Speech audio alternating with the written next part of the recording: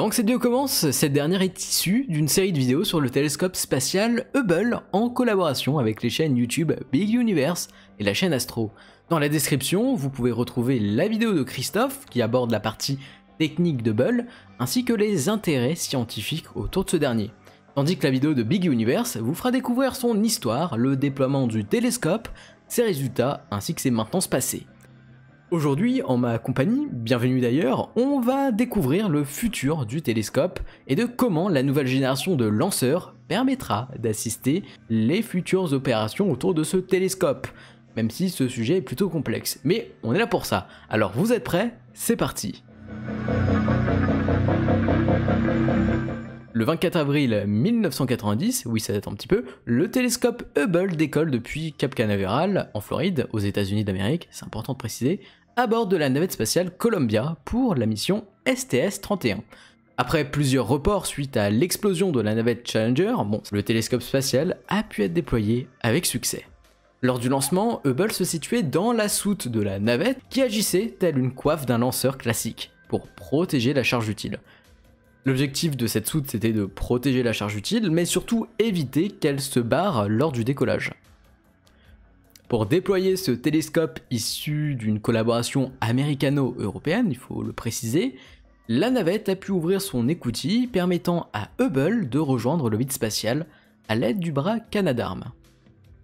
Comme dit tout à l'heure, le déploiement a été un succès, enfin presque, c'est beaucoup plus compliqué.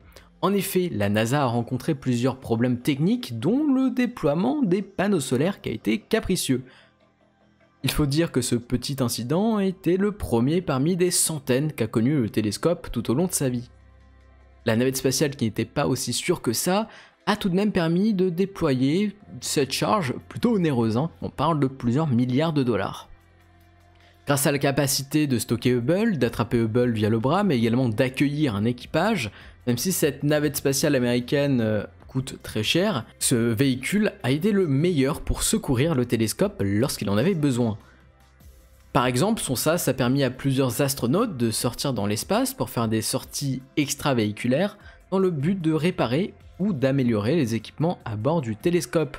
Par exemple, en le faisant passer d'une architecture électronique vieillotte à un système beaucoup plus informatisé, accessible à plusieurs kilomètres depuis la Terre. Cette transformation d'Hubble est finalement une bonne chose car si Hubble avait encore besoin de maintenance physique sur le court terme et le moyen terme, après le retrait des navettes spatiales en juillet 2011, et en 2021, Hubble serait certainement plus en orbite. Hubble a eu un petit rétrofit, mais alors est-il éternel? Alors la réponse est non. En fait, tandis que la NASA vise une désorbitation entre 2030 et 2040, le jeune télescope, n'est pas vraiment en forme. Dernièrement, le télescope a rencontré divers problèmes avec son logiciel, et même si ces derniers ont été résolus, parce que les systèmes informatiques c'est plutôt sympa à patch, le terminal secondaire pourrait lâcher à tout moment. Et c'est là où est le gros problème, parce que ce n'est qu'une question de temps. Alors oui, Hubble n'est pas éternel, ses composants s'épuisent, mais que pouvons-nous faire, nous humains, sur cette planète, avec des capacités plutôt limitées en termes de lanceurs de nos jours? Alors capacité limitée, oui et non, donc on sait très bien que Hubble a connu l'ère des navettes spatiales, il a connu aussi la grande pause des navettes spatiales et leur disparition, mais il est possible qu'il connaisse très prochainement une nouvelle génération de vaisseaux spatials et de véhicules, par exemple, je cite le Starship et le Dream Chaser, qui pourraient intervenir pour des missions de maintenance ou des missions d'urgence. Même si James Webb devrait être déployé cette année, on verra bien comment ça va se passer, Hubble reste toujours un télescope très intéressant et un poste d'observation précieux pour la science. Mais vu que son retrait est attendu d'ici une dizaine d'années, donc on a quand même le temps, il est possible qu'en cas d'urgence, des missions de maintenance reviennent, mais vraiment en cas d'urgence. On va pas envoyer une équipe si c'est pour un problème mineur. En fait, avec l'arrivée du Starship et du Dream Chaser, des astronautes pourraient rejoindre le télescope pour changer des éléments, réparer le télescope, bref, comme si ils étaient en navette spatiale comme à l'époque. Par exemple, le Starship est une bonne solution car nous savons qu'une mission de maintenance demande beaucoup de temps. Et la bonne nouvelle, c'est que le Starship est volumineux sur sa configuration habitée, permettant ainsi d'accueillir une grande quantité de consommables, de vivres, mais en tout cas si une mission devait durer plus longtemps que prévu, bien toutes les ressources sont à bord. Mais ce plan n'est pas si simple que ça. Tout d'abord, pour le moment, aucun Starship Cargo habité à l'image d'une navette spatiale avec une trappe et un compartiment habité n'est prévu. Ainsi, si un bras de maintenance est requis, il faudra envoyer un Starship Cargo et un autre Starship habité. Le seul sas sur le Starship Cargo et habité permettrait aux deux véhicules de s'amarrer lors d'une intervention interrompue ou en pause, qui doit par exemple reprendre le lendemain. Avoir les véhicules amarrés garantirait une sécurité supplémentaire pour regrouper les véhicules à un même point. Hormis le Starship, la navette Dream Chaser de Sierra Space est une autre solution qui pourrait intervenir si une mission de maintenance d'urgence est à courte durée. En outre, il existe une panoplie de solutions à disposition, que ce soit entre la Dream Chaser ou le Starship et d'autres véhicules cargo. Maintenant, il faudrait savoir si la NASA ou du moins le Congrès sera prêt à sauver Hubble, si besoin, pour seulement quelques années. Mais imaginons que les composants tiennent jusqu'au bout et qu'aucune opération de maintenance n'est nécessaire, ce qui relève de l'imaginaire et du rêve. La question c'est comment la NASA compte exécuter le retrait d'Hubble. Et finalement ça devient intéressant car deux options s'offrent à nous. Premièrement, nous avons l'option basique, une désorbitation via un allumage des propulseurs amenant le télescope dans notre atmosphère en vue d'une désintégration, mais nous avons une autre option qui est moins barbare, qui est la récupération de l'engin via un véhicule possédant une large soute tel le Starship. En effet, le Starship Cargo possède une trappe qui peut s'ouvrir et accueillir une charge utile telle une navette spatiale américaine. En soi, il faudrait juste installer un bras pour plus de sécurité, puis un système d'accroche pour permettre la récupération et le retour sur Terre.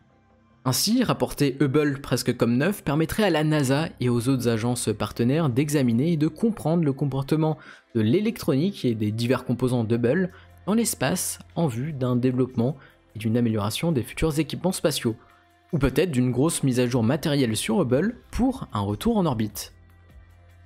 Maintenant, l'avenir d'Hubble se repose sur les décideurs et non vraiment sur les nouveaux véhicules de nouvelle génération qui s'apprêtent à entrer en service d'ici 2, voire 4, voire 6 ans.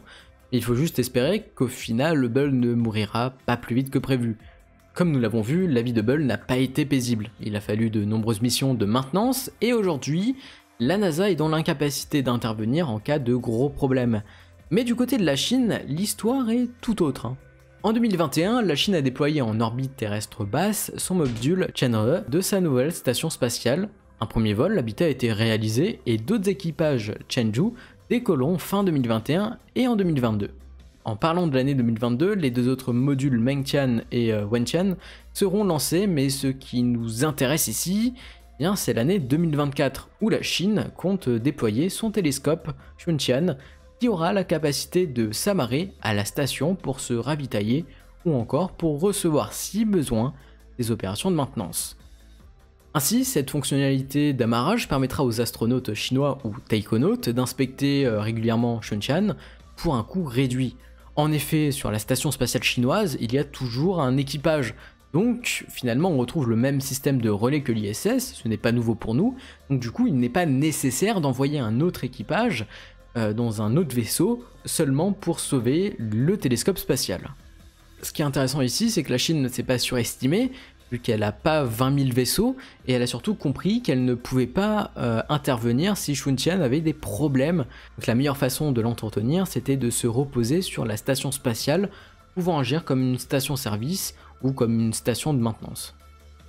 En tout cas, Hubble est encore sur un chemin semé d'embûches, mais maintenant il faut juste espérer que tout se passera bien pour ce petit télescope qui nous a offert de merveilleuses images de l'espace lointain. Voilà, c'est déjà la fin de cette vidéo, j'espère qu'elle vous a plu. Comme d'habitude, un petit j'aime, ça permet de me soutenir. N'hésitez pas à vous abonner à la chaîne YouTube pour ne rien rater. Et moi je vous dis à très vite pour de nouvelles aventures, c'était Matt sur Mars, allez bye!